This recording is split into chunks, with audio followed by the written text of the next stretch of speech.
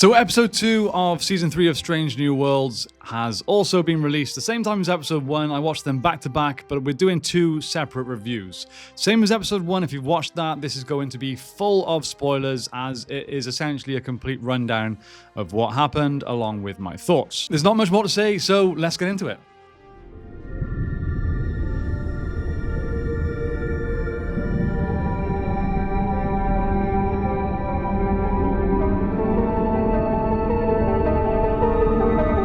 So, the first thing I want to say is, and I did mention this in my previous review, this is the episode that feels like the start of a new season. Episode 1 was, of course, just a part 2 to the season 2 finale, which was great, but it easily could have just been at the end of season 2. This episode definitely feels like the start of something new. We even have a slight time jump. I think it was 3 months.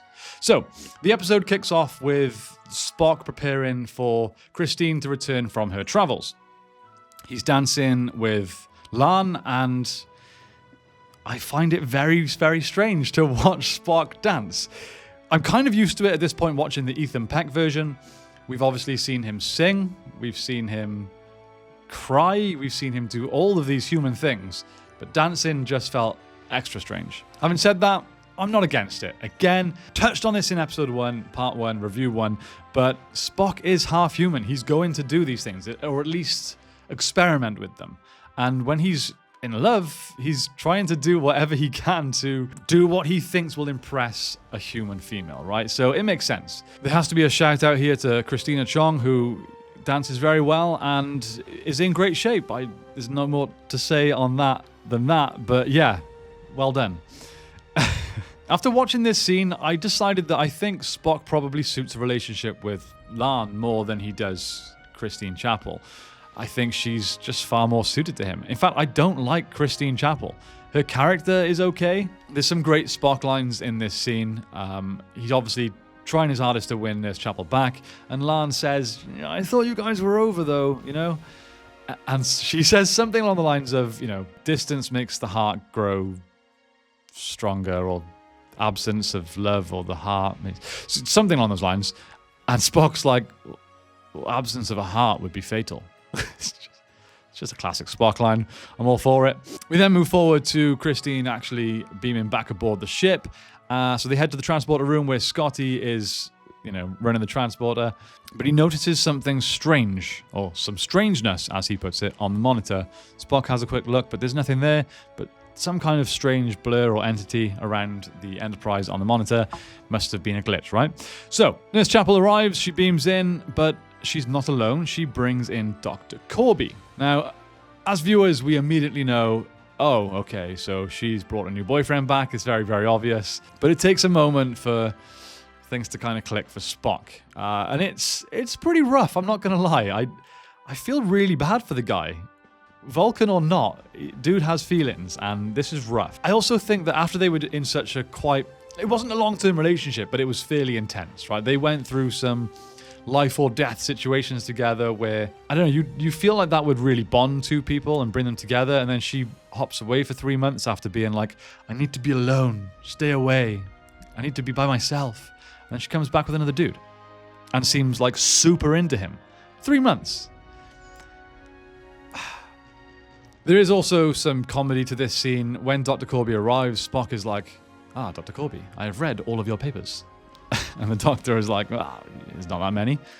Spock's like, 234, is that not accurate? I just love Spock so much. I don't care whether it's Leonard Nimoy, obviously the best, whether it's Zachary Quinto or Ethan Peck. All three of them have been fantastic as this character, and I will forever love Spock. Yeah, it eventually comes out then, and Spock realizes that she has brought him as her date. And Spock's face, he's there with a gift for Nurse Chapel, like a really old book or something, and the doctor takes it off and he's like, oh, cool. And Spock's like, no, this is for her. It's just, I just feel bad. And why would you do that to Spock? Come on, it's Spock. Be nice. God, this angered me. And this is the start of unfortunate, bad character decisions. I mentioned this in episode 1 as well, but when characters make decisions that I don't agree with for their character, and I think, no, that character wouldn't make that decision, it kind of ruins the episode for me.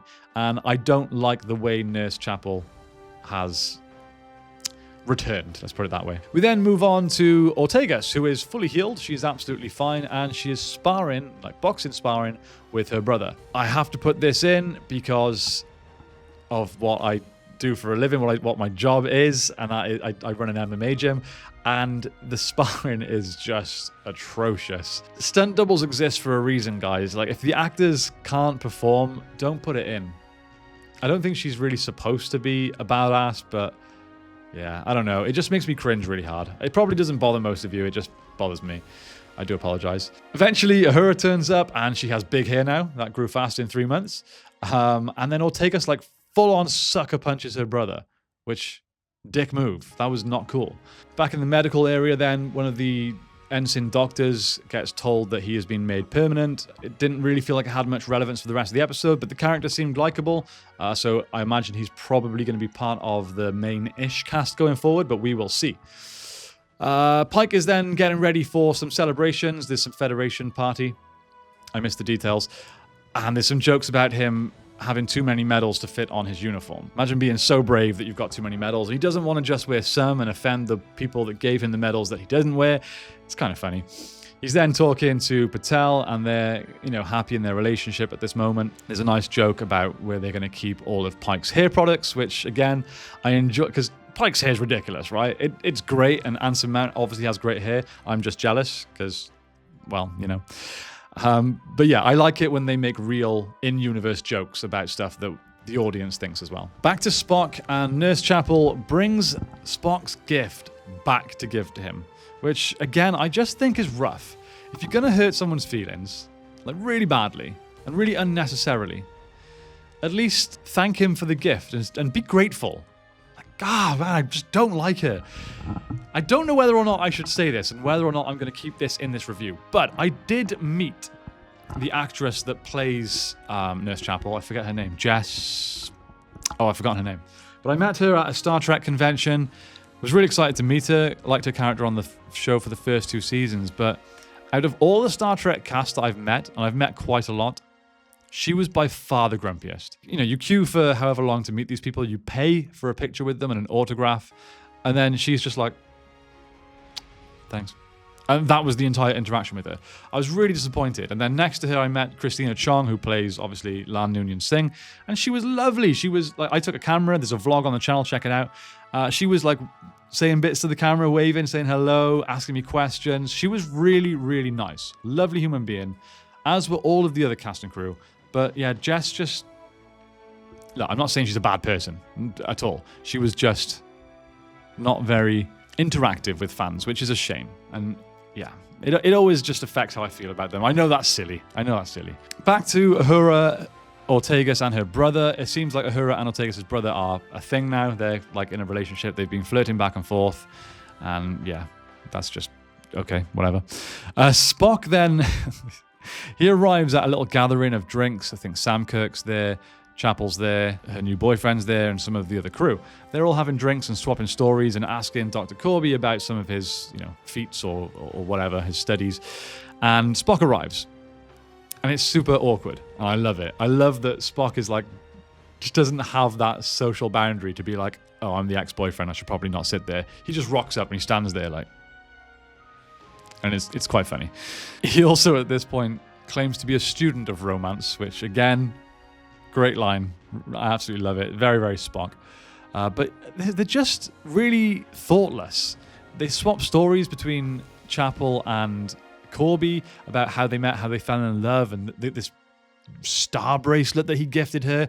And it's all just directly in front of Spock, and she's staring in Corby's eyes all lovingly. It just... I don't know, man. It just feels really, really... intentionally hurtful, and Spock has not done anything to deserve that. It's just a bit rough. It definitely brings down the points, the score out of 10 on this episode for me. Like I said in episode 1, if characters are making dumb decisions that don't feel like their character, it's negative for me. Anyway, Spock is sad, so he goes to the bar for a drink, and we have some mysterious bartender. And I think at this point, Spock says, I didn't know we had a Vulcan bartender. But us as the audience are seeing this bartender who is not Vulcan. So obviously something's up. This guy is giving off a projection of himself that's not his true self. Anyway, after drinking the drink that the bartender provides him, Spock goes to sleep in a single bed by... Well, I absolutely crapped myself then. Lighting gel fell off my light. We'll continue. He goes to sleep by himself in a single bed, and all in one shot, which is quite nice. It comes back out, and he's then in a double bed next to Christine, and she kisses him and says, "Let's not sleep together tonight. You can't see the bride on the day of the wedding." Something like that. So it's the day before their wedding. Obviously, we know that there's some kind of hallucination or of some sort going on. We then, and I like things like this, we go back to the opening scene of the episode where Spock is rehearsing a dance. However, this dance isn't for the celebrations for Christine's return and the Federation party and stuff. It's actually just for the wedding. It's for his first dance with the bride rehearsal. And again, it's with Lan, and again, they make a better couple. And now in this version of events, the mysterious bartender is now Spock's wedding planner. And I'm pretty sure these are all things that I kind of were an afterthought, and I think Captain Pike refers to the wedding planner as Andorian. And we do see a reflection in a datapad of the bartender or wedding planner, and it shows him as Andorian, but again, we're still seeing him as this normal bearded human. So something is definitely up. Most Star Trek fans have got an idea of what's going on at this point, but we'll get to that in a second. It soon becomes apparent that Dr. Corby realizes what's going on. His memory, his vision hasn't changed. He's not buying this hallucination. He knows that he was with Chapel and Spock is the ex. They shouldn't be getting married. Something's not right. He confronts Spock and tells him all this, to which Spock gets really mad and just KOs him. This outburst of anger, this heightened emotion, is what triggers Spock to break out of it. They realize that high intense emotions can break you out of this, I guess, hallucination. So between the two of them, who are both vastly intelligent, and there's a really great little joke here where Corby suggests that it is his superior intellect that shielded his mind from this hallucination. And Spock says, if anyone's intellect here would protect them, it wouldn't be yours. Something like that. It's quite good. We also get a great Spock eyebrow raise in this sequence. They definitely need to be used sparingly, but when they're used, so far they've been great. At this point, Spock tries to get Sam Kirk involved in the truth, tries to break his hallucination. It's not happening. He tries to wind him up, tells him that his brother is the smarter of the two, and he has poor choice in wine. He's trying to get Sam to punch him, to get angry, to break the hallucination. He will not do it. So instead, he goes to try and tell Captain Pike. I keep going to say Lieutenant. What's going on? It turns out he's walking into his surprise bachelor party. So all the other male cast members are there trying to get Spock to celebrate one last time before he's married. For his bachelor speech, he basically just breaks out into a story about what's actually going on, and they're all just like, see what's going on? Spock, it's fine, you have cold feet. And Spock's response is, my feet are perfectly warm, thank you. Just brilliant Spock writing. I can't compliment the writers enough for what they've done with the Spock character. Yes, they've had him do some silly stuff, but I've really enjoyed it. Before long, it becomes apparent that Spock and Corby aren't going to break anybody out of this hallucination, so they confront the wedding planner, who threatens them and turns Spock into like this mini dude and fits him inside a glass. So they realize, this dude's powerful, we're going to have to play along. Let it see its course. Maybe that's all he wants. Maybe he'll go away. So that's what they start trying to do. And eventually we get to the wedding itself. This whole sequence is rough on two accounts. It's really harsh on Spock, who's having to, in full consciousness, go through a wedding, marrying the person that he loves, when he knows that it's not real. And then from Corby's point of view, he's having to watch his girlfriend marry someone else, and she thinks she's doing the right thing. That's also rough. But because they realize that these heightened emotions are what can break the illusion, break the spell, as it were, Spock gives a really loving speech towards Christine, and this sort of love is what breaks her illusion, and she realizes what's going on. The bartender, the wedding planner, starts panicking, and he's like, no, you've all got to get along. Corby tries to object to the wedding, so he gets turned into a dog. It's all quite funny, quite harmless. It's classical, almost filler Star Trek episode, you know? I quite like it. Eventually, we see this light entity from the outside making its way towards the Enterprise, and we hear a voiceover, and Trek fans will know immediately that voice belongs to none other than Q, which was a very, very nice surprise. This entity that's been the bartender and the wedding planner is in fact Q Jr., son of Q, which was really, really cool. Personally, I would have liked to have seen this role just go to Q. I'm not sure what the situation with the actor is, but it would have been great to see him reprise the role. Nonetheless, it felt like a very Q episode of Star Trek, and I enjoyed that element. At this point, the regular celebrations continue. The party looks great, everyone's having a good time and dancing, but Ortegas is the only person by herself, so she looks kind of sad, gets up and leaves, which Pike notices. And then we cut to her hitting a punch bag. Poor technique. And she looks into the window, and in the reflection, there is a Gorn over her shoulder. It's not particularly clear whether this is an actual Gorn that's got onto the ship and she's harboring it, or whether it's some kind of hallucination from her trauma. It's probably the latter, but at this point, we don't actually know. That brings the episode to a close. That is another Season 3 review. We've got another, 6 to go or 8 to go? I forget how many episodes are in this. But my final thoughts on the episode are, it felt like a very Star Trek episode. I liked the idea behind a Q episode in Strange New Worlds. Really, really enjoy those episodes throughout like Next Gen and stuff. I think, having said that, this could have been an episode of The Next Generation. It would have just fit in quite well. Again, one of my only complaints is still no Captain Kirk. I want more Captain Kirk. Even if it's a Captain Pike show, I want more Captain Kirk. But like I've been saying throughout these points, my biggest issue is the character decisions. And Christine Chapel has gone from a fairly likable character throughout to, what the hell are you doing? What are you doing to my Spock? My poor Spock. So yeah, I'm a bit disappointed with that. Character decisions ruin episodes of television, and this one kind of did. So while I enjoyed the overall feel and theme of the show and the storyline with Q Jr., that was great. Felt very Star Trek. Individual character episodes brought it down. So I'm going to give this episode a 5.5 out of 10, which is not a good score. I feel like I was fairly positive throughout most of the episode. But yeah, overall, it's made me dislike a character going forward. So I feel like I have to knock that down. Is that fair? 5.5/6. Maybe 5.6. I don't know. My score isn't that important, though. What I really want to know is what you guys thought. I put a review on TikTok, a little short snippet review, and there was a comment immediately saying that episode 1 was great. There's a shame about episode 2. It was awful. I don't know any more on that person's thoughts than that, but that was the first review or opinion I'd seen on this episode. So I really want to get more opinions. I want to know what everybody else thinks.